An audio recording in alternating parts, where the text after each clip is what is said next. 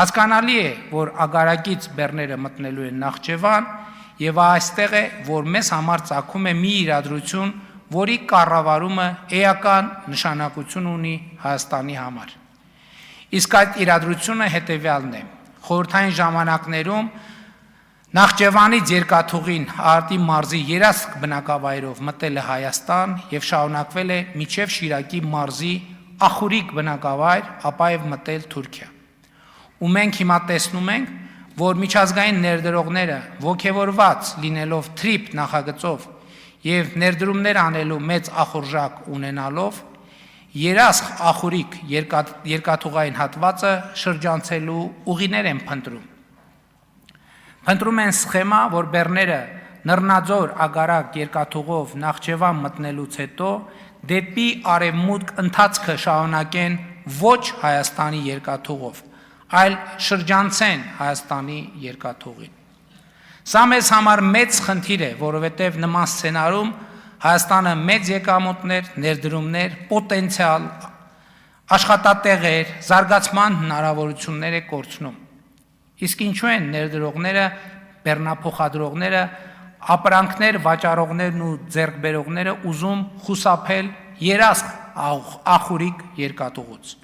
Մի պարզ պատճառով երկաթուղու այդ հատվածը, թեև Հայաստանի լիարժեք սեփականությունն է, գտնվում է ռուսական երկաթուղու կառավարման ներքո։ Իսկ Ռուսաստանի եւ Արևմուտքի բարդ հարաբերությունները, Ռուսաստանի նկատմամբ կիրառվող պատժամիջոցները միջազգային ներդրողներին, բեռնափոխադրողներին եւ առևտրի մասնակիցներին ստիպում են խուսափել, դա ռիսկ համարել եւ ռիսկի չդիմել ուղղակի կամ անուղղակի պատժամիջոցային սահմանափակումների կամ նման ռիսկ ունեցող ենթակառուցվածքի հետ աշխատելով, այսինքն նրանք համարում են, որ աշխատելով նման ենթակառուցվածքների հետ ռիսկի են դիմում։ Մանավանդ եթե հաշվի առնենք TRIP-ով բեռնափոխադրումների ամենախոշոր հաճախորդները լինելու են այն երկրները, որոնք պատժամիջոցներ են կիրառել Ռուսաստանի դեմ։ Հասկանալի է, որ Հայաստանը ոչ մի առնչություն եւ ազդեցություն չունի Ռուսաստանի դեմ կիրառված պատժամիջոցների հարցում։ Հասկանալի է, որ մենք խնդիր չունենք նաեւ այն փաստի հետ, որ Հայաստանի երկաթուղին գտնվում է ռուսական երկաթուղիների կառավարման ներքո։ Սա մեզ համար որևէ խնդիր չի եղել եւ մենք երբեք այս թեմային չենք անդրադարձել։ Ընդ որում էլի ուզում եմ կրկնել, որ երկաթուղին Հայաստանի սեփականությունն է եւ ընդամենը գտնվում է ռուսական երկաթուղիների կառավարման ներքո։ Ու մենք ոչ մի խնդիր չունենք այս փաստի հետ։ Մենք մեծագույն հարգանքով ենք վերաբերվում Ռուսաստանի Դաշնությանը եւ նրա շահերին, բայց Հայաստանի երկաթուղին ռուսական կառավարման ներքո լինելու պատճառով հիմա մենք կանգնած ենք Հայաստանը միջազգային երկաթուղային ցանցին ինտեգրելու պատմական այս հնարավորությունը կորցնելու վտանգի առաջ։ Մենք չենք կարող մեզ թույլ տալ կորցնել այդ պատմական հնարավորությունը։ Այս է պատճառը, որ Ռուսաստանի Դաշնության մեր գործընկերներին խնդրում ենք ճկունություն ցուցաբերել եւ կոնցեսիայի իրավունքը վաճառել Հայաստանի եւ Ռուսաստանի համար ընդունելի երրորդ երկրի։ Կրկնում եմ, Հայաստանի եւ Ռուսաստանի համար ընդունելի երրորդ երկրի։ Ընդ որում, բոլորիդ ուշադրությունն եմ հրավիրում այն փաստի վրա, որ այս համանգամանքներում ավելի է ակտիվացել Թուրքիայի տարածքում Կարս Դիլուջու, այսինքն Կարսից Նախճեվան երկաթուղու կառուցման ընթացքը։ Հասկանալի է, որ մենք չենք կարող արգելել կամ արգելակել այդ երկաթուղու կառուցումը եւ պետք է առերեսվենք այն փաստի հետ, որ երազք Ախուրիկ երկաթուղին պետք է մրցակցի Դիլիջու Կարս երկաթուղու հետ եւ սրա համար մենք պետք է հնարավորինս արագ երազք Ախուրիկը բերենք մրցակցային լավ վիճակի եւ հետագայում էլ ապահովենք երկաթուղու կողմից ծառայությունների բարձր որակը եւ մրցունակ գինը։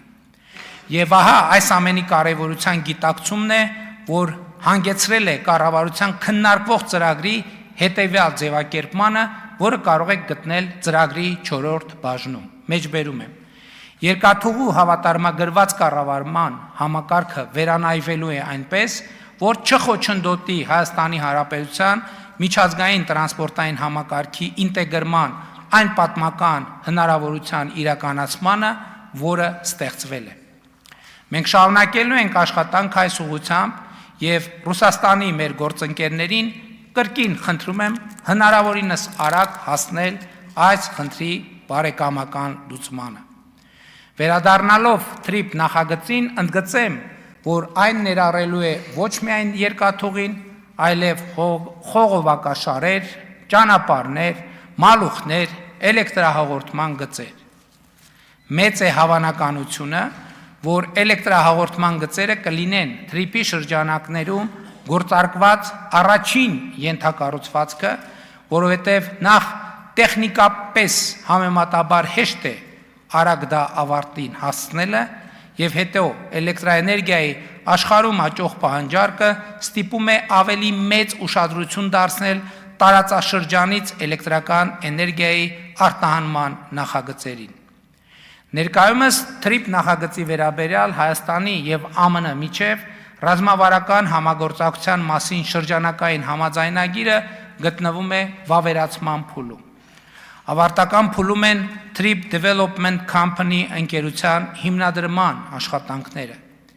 Հիշեցնեմ, Հայաստան այդ ընկերությունում ունենալու է 26%, իսկ Ամերիկայի Միացյալ Նահանգները 74% բաժնեմաս։ Այս բանաձևը գործելու է առնվազն 49 տարի, իսկ այդ ժամկետի ավարտից հետո կողմերի փոխադարձ համաձայնությամբ երկարաձգվելու դեպքում եւս 50 տարի, իսկ այս դեպքում արդեն Հայաստանի մասնաբաժինը կդառնա 49%, իսկ Ամերիկայի Միացյալ Նահանգների մասնաբաժինը 51%, առանց Հայաստանի կողմից հավելյալ ֆինանսական կամ այլ ներդրման։